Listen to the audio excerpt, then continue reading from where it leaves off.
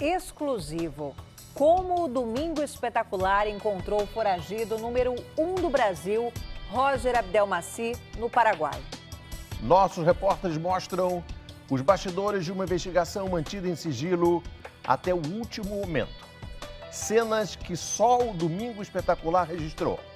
A caçada, a localização, o cerco a Roger e o flagrante da prisão.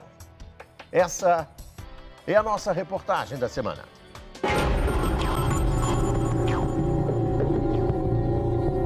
Terça-feira, 1h25 da tarde.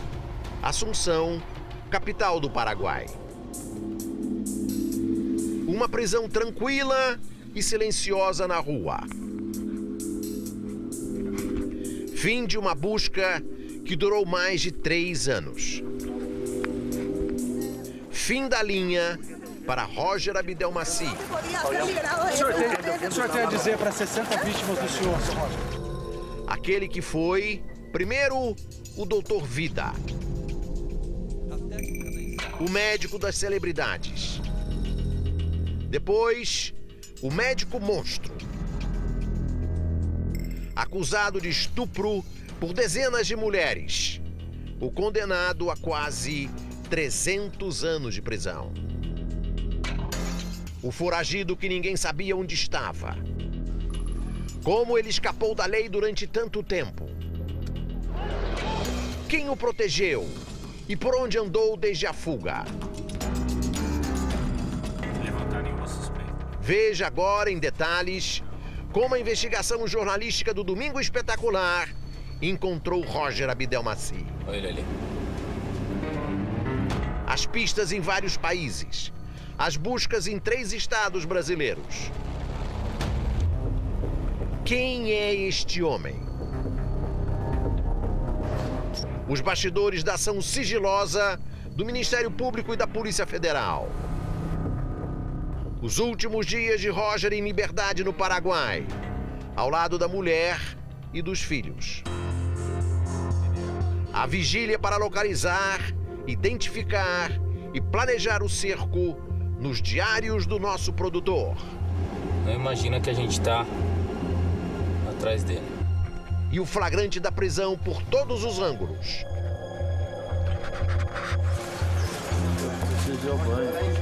Uma história que mais parece um filme e começa num dos endereços mais nobres de São Paulo.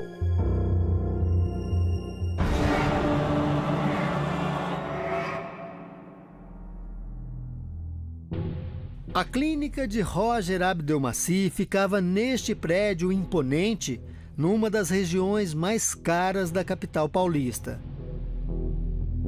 O médico foi um dos maiores especialistas em fertilização e reprodução humana do Brasil e tinha prestígio internacional. Atendeu a milhares de casais sem filhos, celebridades, ricos e famosos. Esse dom da vida que elas dão é uma coisa maravilhosa. Mas por trás do profissional bem-sucedido se escondia um outro homem.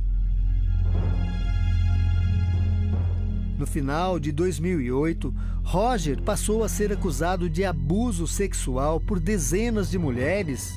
Acabou condenado a 278 anos de prisão e perdeu o registro de médico.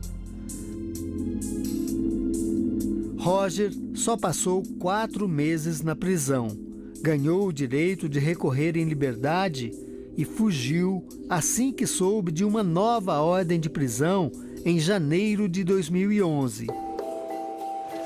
Roger Abdelmaci tem hoje 70 anos.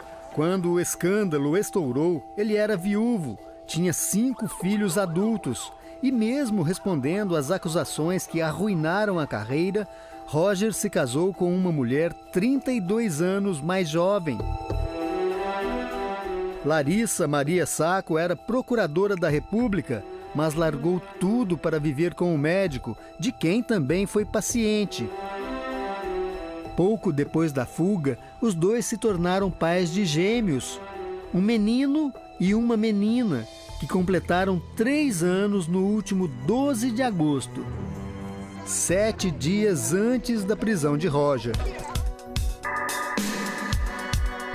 Assim que fugiu, Roger entrou para a lista dos procurados pela polícia brasileira e também na chamada difusão vermelha da Interpol, a Polícia Internacional. A recompensa para quem desse informações para a prisão dele era de R$5.000. Este ano, o valor subiu para R$10.000. Para onde foi Roger? A investigação do Domingo Espetacular começou poucos meses depois do sumiço do médico e da esposa. Tivemos acesso a uma investigação particular feita por um grupo de vítimas do médico. Também contribuiu, né? Nós nunca buscamos vingança. Vanúzia é uma das vítimas. Ela conta que foi abusada por Abdelmaci e contaminada por uma bactéria que provocou uma grave infecção. Ela nunca engravidou e desenvolveu a síndrome do pânico. Depois de um período de tratamento, Vanúzia começou a conversar com outras vítimas que passaram a trocar informações sobre Roger e o paradeiro dele pela internet. Eu fui violentada não só. Nesta entrevista ao Domingo Espetacular, há 2 meses, Vanúzia mostrou no corpo o horror que viveu após o abuso. Ela suava muito e fez questão de não esconder isso. Enquanto ele circula, eu tô presa. Eu e muitas que temos medo dele. Um contraste com a imagem desta semana, depois de receber a notícia da prisão de Roger. Hoje eu tô em paz, né? Em paz por hora, né? Porque ele está preso, encarcerado, eu vi ele indo, né? Então isso já foi o início da minha cura, né? Eu estou muito feliz, muito mesmo.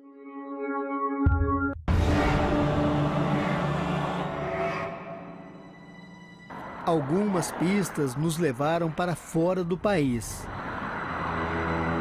As primeiras suspeitas diziam que Roger estaria no Líbano, já que o médico tem dupla cidadania.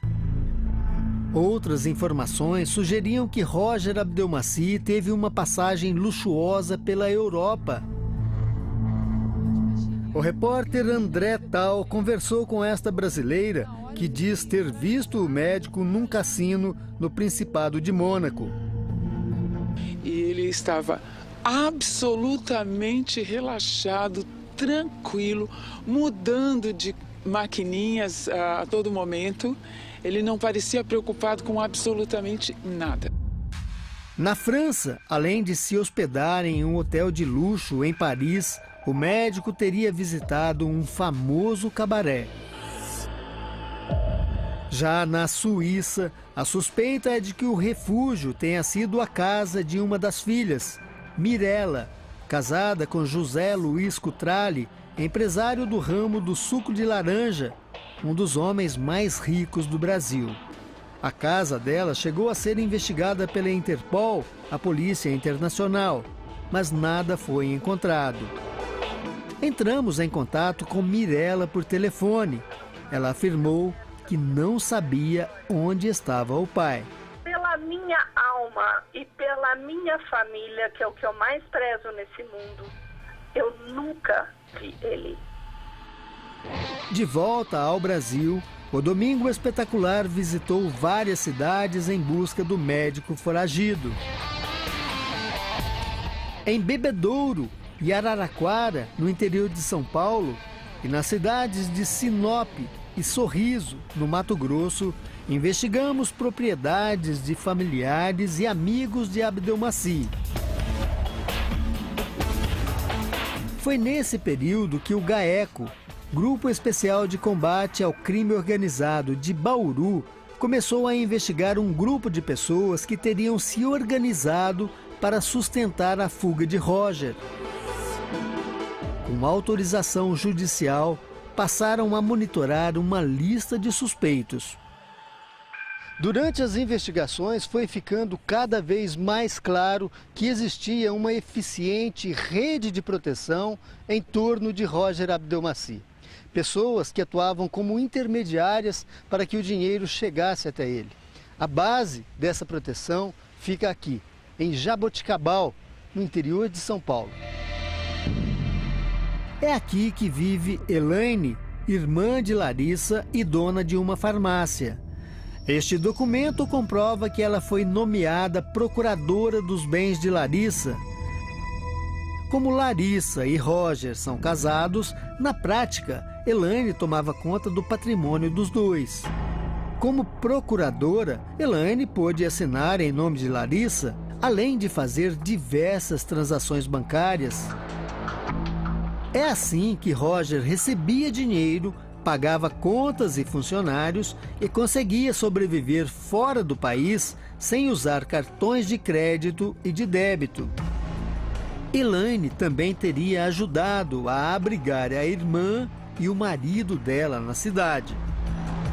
Antes de ir para o Paraguai, Roger teria morado algum tempo nessa casa bem protegida que fica num bairro tranquilo de Jaboticabal.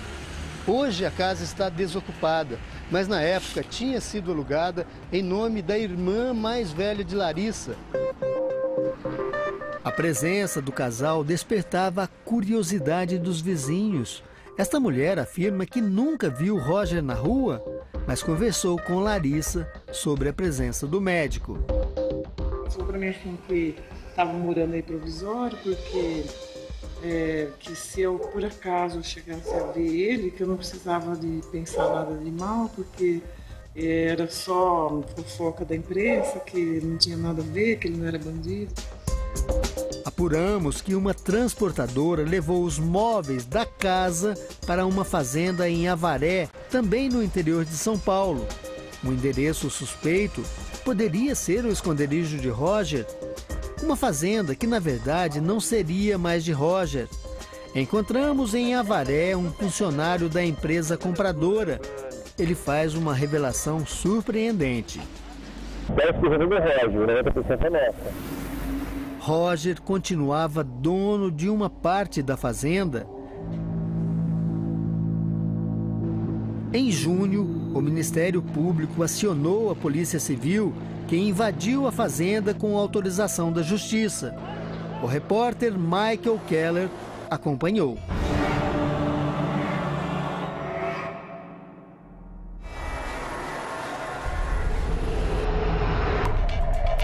Na sede, um cenário surpreendente. Uma enorme quantidade de objetos pessoais de Roger. Quartos limpos, roupas prontas para usar. Roger e Larissa mantinham aqui algumas fotos de família, uma extensa coleção de camisas de grife, sacolas das lojas mais exclusivas de Nova York, gravatas, sapatos importados. É uma casa suntuosa, uma casa grande, muito grande, os corredores enormes. Aqui ele passou com certeza o carimbo com o nome da Larissa Abdelmaci, a esposa do Roger Abdelmaci. Aqui uma coisa muito importante, tanto para o Dr. Roger quanto para a esposa Larissa. É o vestido de casamento dela. Agentes do Grupo de Operações Especiais, o GAECO, do Ministério Público de Bauru, também participaram da ação que cumpriu o mandado de busca na fazenda de Avaré. Eles acharam essas folhas com anotações. Documentos de 2014 aí.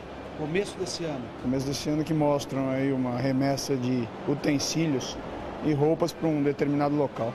Uma grande listagem de bens que foram enviados de Avaré para a cidade de Jaboticabal, a terra natal da família de Larissa, a mulher de Abdelmaci.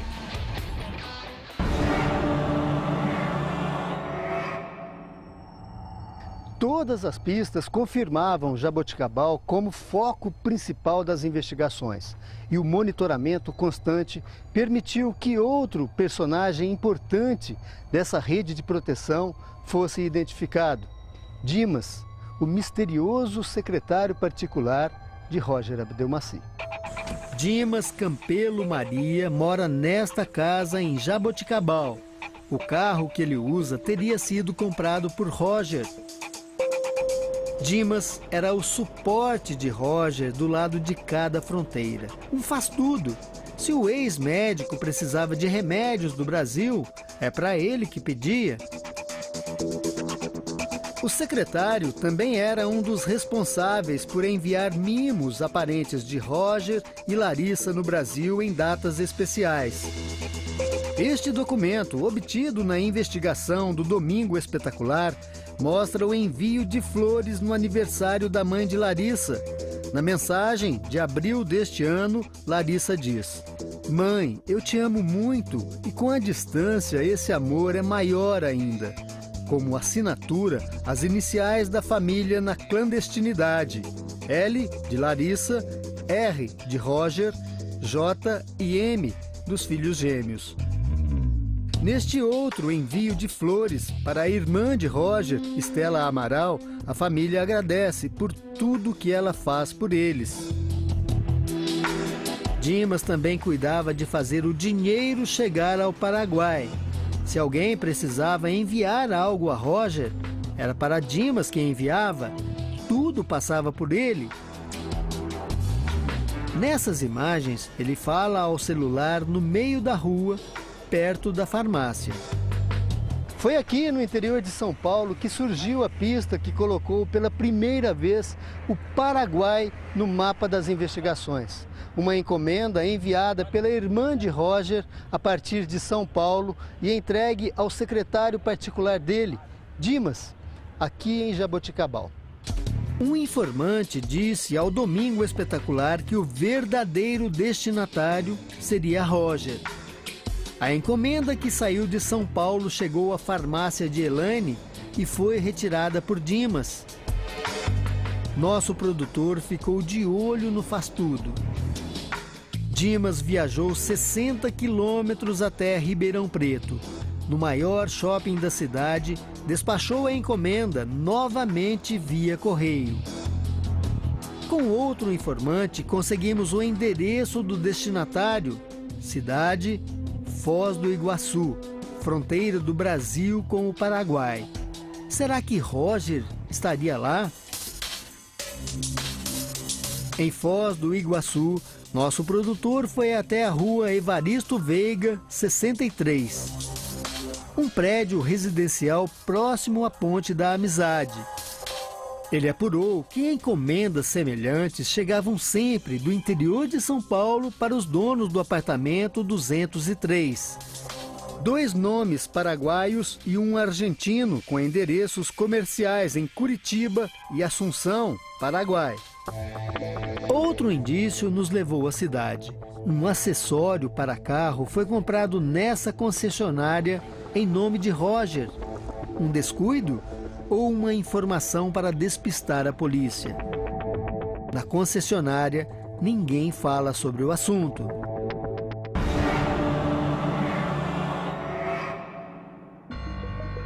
Tínhamos uma outra pista.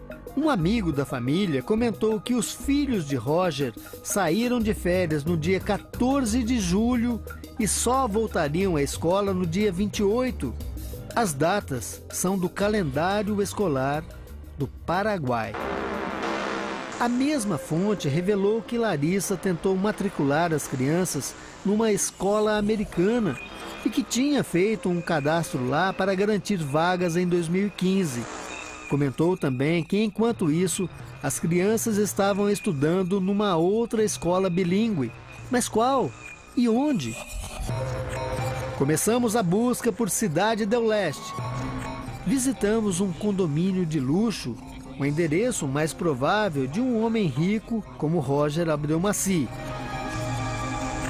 Mas a cidade não tem uma escola americana. Pista descartada.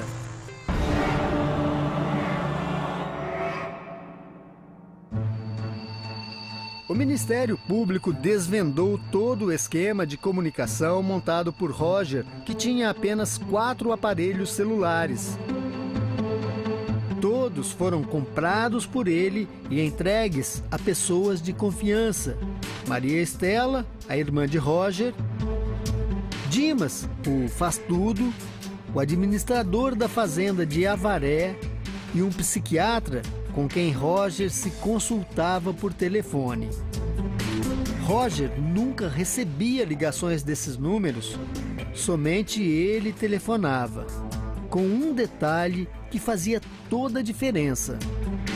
Roger usava um programa de computador que a cada ligação utilizava um número diferente. O programa rastreava as linhas telefônicas até encontrar um número ainda sem usuário de qualquer operadora em qualquer lugar do mundo. Toda vez que o médico precisava falar com alguém de fora da rede de confiança, a irmã ou Dimas levava o aparelho até a pessoa escolhida. Os chips telefônicos também eram mudados sempre que se suspeitava de algo. Antes de cada troca, Roger era informado do novo número através de um código, a palavra Pernambuco. Repare que a palavra tem 10 letras. Cada letra correspondia a um número. Veja este exemplo. Se o novo número fosse prefixo 011, mais os números iniciais 98765, bastava passar a Roger as letras.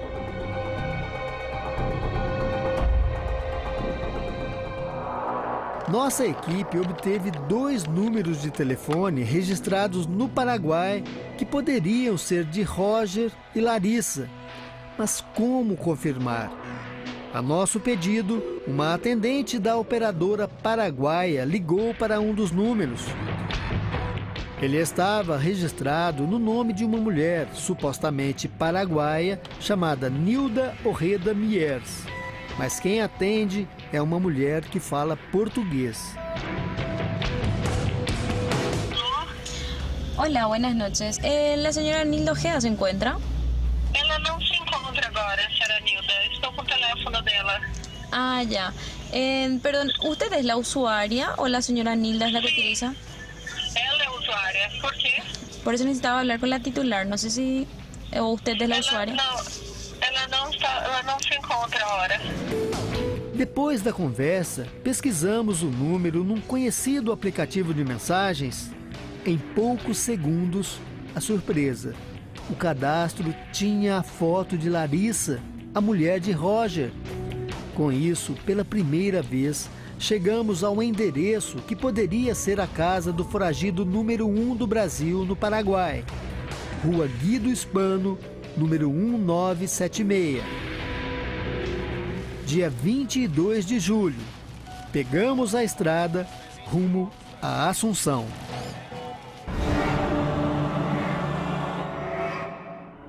Uma informação igualmente valiosa chega do interior de São Paulo. Roger teria se encontrado com uma pessoa do grupo de orações católico conhecido por Arautos do Evangelho. A 50 quilômetros da capital paraguaia, esta placa indica que estamos no caminho certo. Ao chegar, fomos direto para a sede do grupo. Opa, como é que vai? Tudo bem? A pessoa que fala conosco teria conversado com Roger poucos dias antes.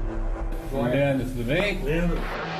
Um dos líderes do grupo, um padre brasileiro, aceita conversar com o Domingo Espetacular. Nosso produtor pergunta se ele se encontrou dias antes com um brasileiro que morava no Paraguai. Ele confirma. O encontro foi na casa de uma mulher, muito amiga da família brasileira. Maria Pidal. O nome falso de Roger aparece pela primeira vez. Ah, e falamos com o senhor Ricardo, planta de laranja? Sim. Isso ele disse, confirmou. Que tem planta laranja. Ele estava nessa família, rezou conosco. Ele estava com uma mulher loira, bonita, alta. Como é o nome dela, o senhor lembra? Lara. Lara? Larissa. Larissa? Duas crianças. A descrição da família do homem chamado Ricardo se encaixa perfeitamente no perfil da família de Abdelmaci. Mas quem é Maria Pidal? Saímos do encontro com um novo endereço em mãos. Próxima parada, a casa de Maria Pidal. Tá aí, a casa onde Roger Abdelmaci esteve. Por precaução, decidimos não procurá-la. Havia o risco de Roger receber um aviso sobre a nossa presença. No mesmo dia, gravamos as primeiras imagens da casa suspeita de abrigar o fugitivo número 1 do Brasil.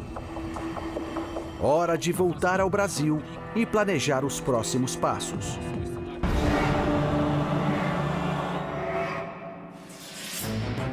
A primeira semana de agosto traz a pista-chave para o fim do mistério. A família ia comemorar o 3º aniversário dos filhos gêmeos. Data, dia 12, terça-feira. Decidimos voltar a Assunção. Na mesma data, o setor de inteligência da Polícia Federal destaca um delegado que acompanhava a investigação para também viajar ao Paraguai. 11 de agosto, a gente está aqui no Aeroporto Internacional. Dia 11, segunda-feira, estamos de volta a Assunção. O delegado Marcos Paulo Pimentel chega no mesmo dia e pede ajuda a uma equipe da SENAD, a Secretaria Nacional Antidrogas do Paraguai. À distância, o Ministério Público de São Paulo monitora as escutas telefônicas e repassa informações à Polícia Federal. O cerco começa a se fechar. O aniversário dos filhos poderia finalmente confirmar o paradeiro de Roger Abdelmaci. A terça-feira começa agitada. Os agentes paraguaios e o delegado da Polícia Federal procuram sinais de comemoração nas escolas bilíngues da cidade. Hoje, a gente já foi em 2 escolas aqui que a gente descartou. Uma das escolas bilíngues fica na mesma rua da casa suspeita. Será que os filhos de Roger e Larissa estudam aqui? Esse muro branco aí é o provável lugar onde as crianças estudam. Pouco depois, chega uma nova informação. A festa de aniversário seria na casa da família, às 7 da noite, e só no dia seguinte, em sala de aula. Nosso produtor decide ir novamente ao endereço de Maria Pidal, a mulher do grupo de orações. Como a gente já sabe que vai ter a festa, com certeza ela vai participar dessa festa. No horário marcado, Maria Pidal sai de casa. Olha lá, Maria Pidal com um presente na mão. Fechando o portão. 7 horas, como a gente havia previsto. Agora é só a gente seguir ela e ter a certeza do local onde Roger Abdelmaci está morando. Momento de expectativa aqui, que eu não posso ser visto, não posso ser descoberto, posso colocar tudo a perder. Momento de tensão. O carro de Maria Pidal some de vista. Nosso produtor não desanima. Dirige para um endereço suspeito e encontra o carro de Maria Pidal em frente ao número 1976 da rua Guido Hispano. Não havia mais dúvida. Estávamos na porta do esconderijo de Roger Abdelmaci. A gente não tem mais nenhuma dúvida que Roger Abdelmaci está aqui no Paraguai, em Assunção. Quarta-feira, 13 de agosto. Agentes da imigração do Paraguai entram no caso. O delegado Marcos Paulo e os colegas paraguaios começam a discutir a melhor forma de prender Roger. De acordo com as leis paraguaias, a abordagem precisava ser na rua. Roger seria expulso imediatamente, já que estava em situação ilegal. Ainda não vimos Roger. A nossa investigação continua. Um carro sai da casa e segue em direção à escola da mesma rua. Um homem desce do carro, seguido por uma mulher, que ajuda 2 crianças a saírem do veículo. É a babá e o motorista da família Abdelmaci.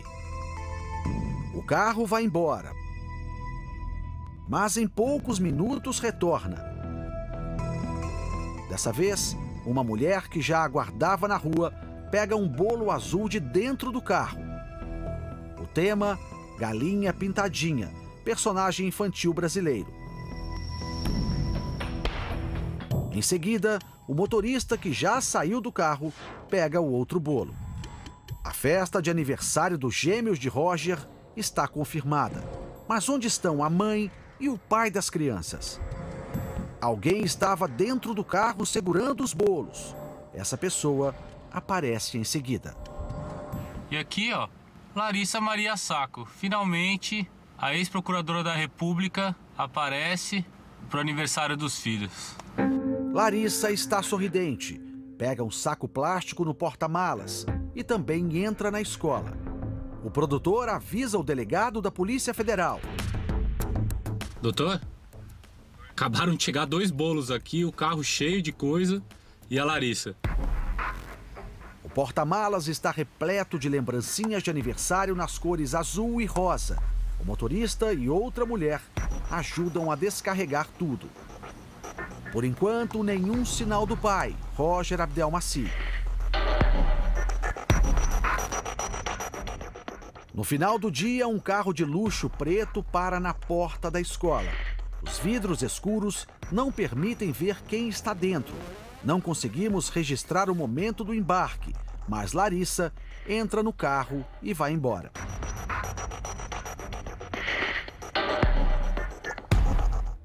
O mesmo carro sai da casa de Roger no dia seguinte. Naquela Mercedes. Um modelo 2012 que no Paraguai é avaliado em cerca de R$150 mil. Documentos comprovam. O veículo estava no nome de um paraguaio, Juan Gabriel Cortazar Cabral. O casal segue para fazer compras nesta loja, que fica perto da casa. Sexta-feira, 15 de agosto. Registramos a primeira imagem de Roger Abdelmaci no Paraguai. Ele e a mulher saíram de casa para uma caminhada no bairro. O homem mais procurado do Brasil, andando tranquilamente aqui. Roger usa um boné, também está sem bigode. As imagens foram cedidas pelo produtor Leandro Santana às autoridades paraguaias como colaboração à investigação oficial. Cenas congeladas, retiradas do vídeo, foram depois distribuídas pela Senad aos jornalistas. Larissa e Roger conversam bastante, caminham durante quase 1 hora e retornam. Olha lá, Roger e Larissa Abdelmaci voltando para casa. Sábado, 16 de agosto. Eu e o cinegrafista William Mota desembarcamos em Assunção, dia de mais um passeio do foragido. Roger e Larissa param num posto de gasolina. Depois ele estaciona o carro em outro lugar. Roger desce e aparece na companhia de um homem não identificado. Diante do porta-malas, ele acena, usa camisa social e mais uma vez usa boné. Tranquilo. Feliz, sorridente. Olha ele ali. Cumprimenta pessoas. Fora do carro. Feliz, sorridente. Não imagina que a gente está atrás dele.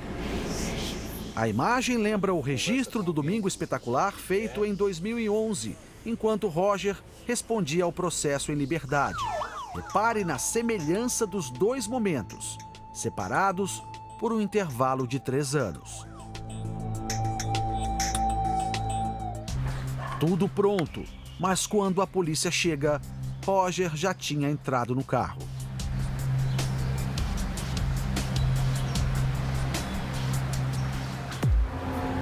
Nova chance no dia seguinte. Nossa equipe segue o carro de Roger.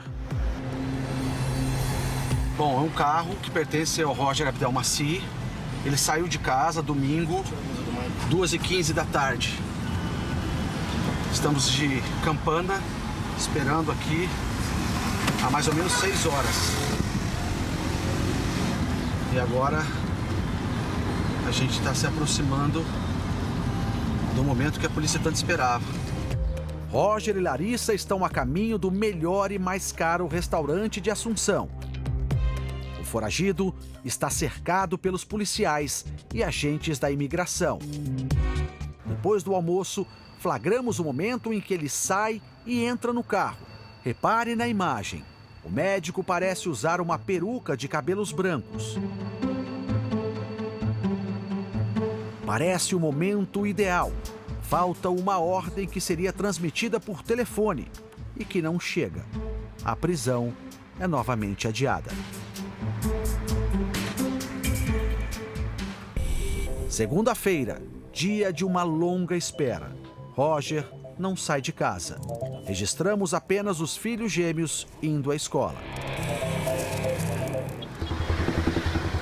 No dia seguinte, Roger sai de casa, sem imaginar que seria o último passeio no Paraguai.